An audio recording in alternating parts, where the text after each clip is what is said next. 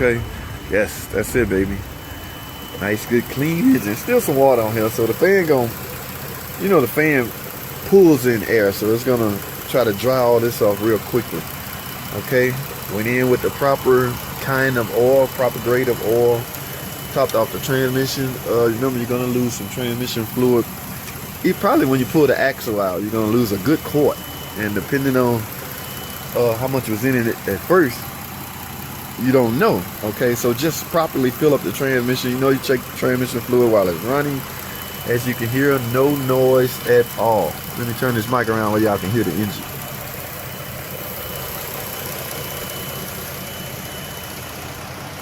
Alright, so that little ticking scare that I heard and thought could give me a problem is obviously gone. Maybe the engine was dry, the valve train was dry, and it had to work. The oil had to circulate. Okay, now there's a couple things I want to go over with you guys. Okay, after you do this, I'm going to my laptop. We're gonna check some things electronically. Okay, I'm gonna verify. Well, you can't see the computers down there. I'm gonna verify that the computer's up to date. I want this thing to run excellent, guys. I want it to run perfect. Okay, it's new, not new, but it's a different engine. It's another engine, so I want it to look a certain way. So what I'm gonna do, we're gonna go to the computer. I'm gonna go over a few things with you, man. As you know, this 3.6 have cam phasers. Okay, did y'all know? Let me say this right quick. Did y'all know? This is why the dealership mechanic or the dealership scan tools has an advantage. And I could be wrong. Anybody with aftermarket scan tools can contest to this. Let me know. I could be wrong. But there's a feature in our scan tool that will allow us to so-called clean the cam phasers. Okay, we're gonna go over there in a second. But it's just pretty cool to be able to do certain things that you may not normally be able to do with other scan tools. Okay, now keep in mind, this engine has been now married to this car, so what I'm gonna have to do is relearn cam and crank. Crank down there, and we got two cam sensors on each head. So I'm gonna relearn cam and crank. I'm gonna reset adaptive memories. I want this new setup to learn the driver. I'm gonna relearn ETC, electronic throttle control.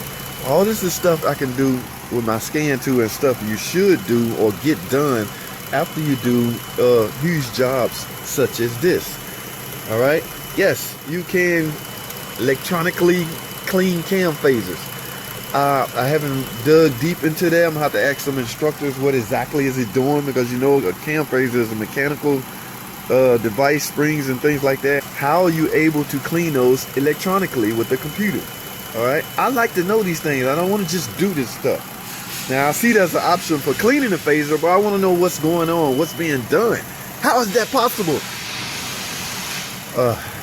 You don't just tell me to do something, don't tell me what's being done. Okay, when I get back, we're going to the laptop and we're going to go over some more things electronically that you should do after major repairs, such as replacing engine, even replacing cylinder heads.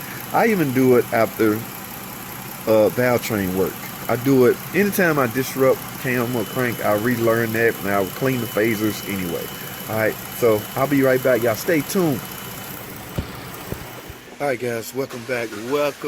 Thanks for staying with me, guys. I have this car pulled up on my laptop.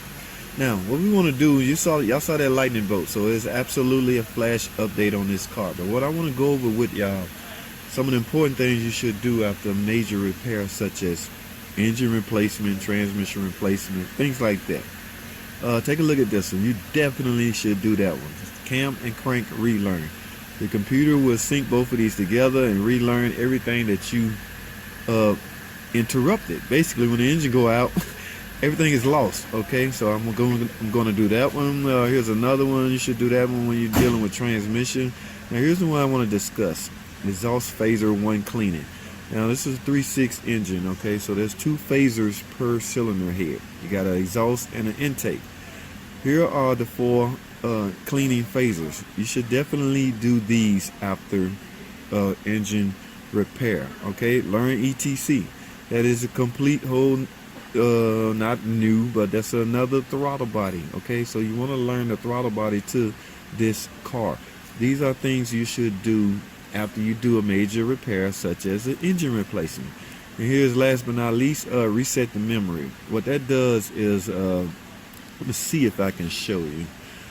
Okay, it might not show you because the engine is running. Alright, so yes, that will reset everything. So what I would do first, if y'all have this access, or y'all know anybody with access with such a scan tool, or if your scan tool do this, I would definitely first flash update the computer, because that will reset everything back to normal.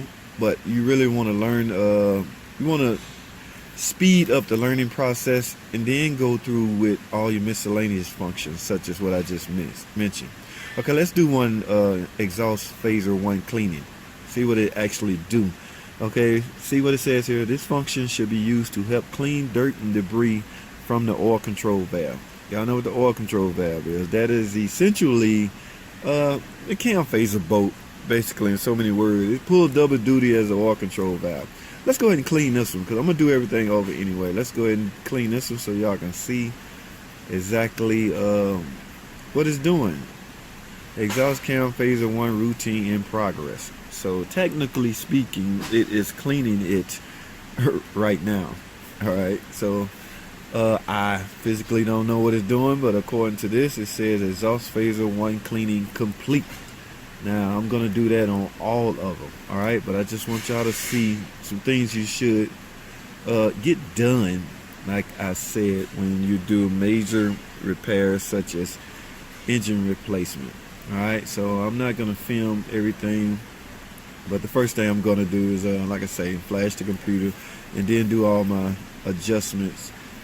Okay, so ladies and gentlemen, I'm gonna pretty much wrap this video up. So I think this ended up being a 5-part series or 4-part video series. It started off as the engine seized up, locked up, things like that.